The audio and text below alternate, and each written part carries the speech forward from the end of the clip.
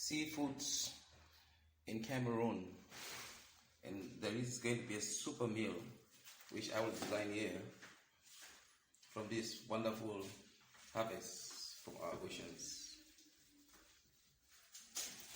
Hope you enjoy and you visit Africa and also invest in prawn farming, shrimp farming, lobster farming to increase food security here as well as to increase trade between countries. 54 of them in Africa.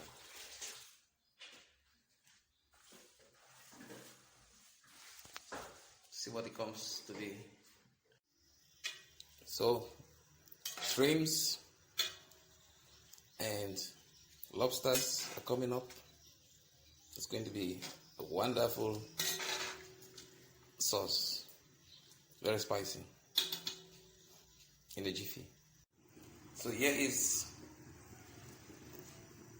the lobster and shrimp sauce. It's done. See how presentable it is. Hope you're going to invite me to cook for you whenever you have the chance to.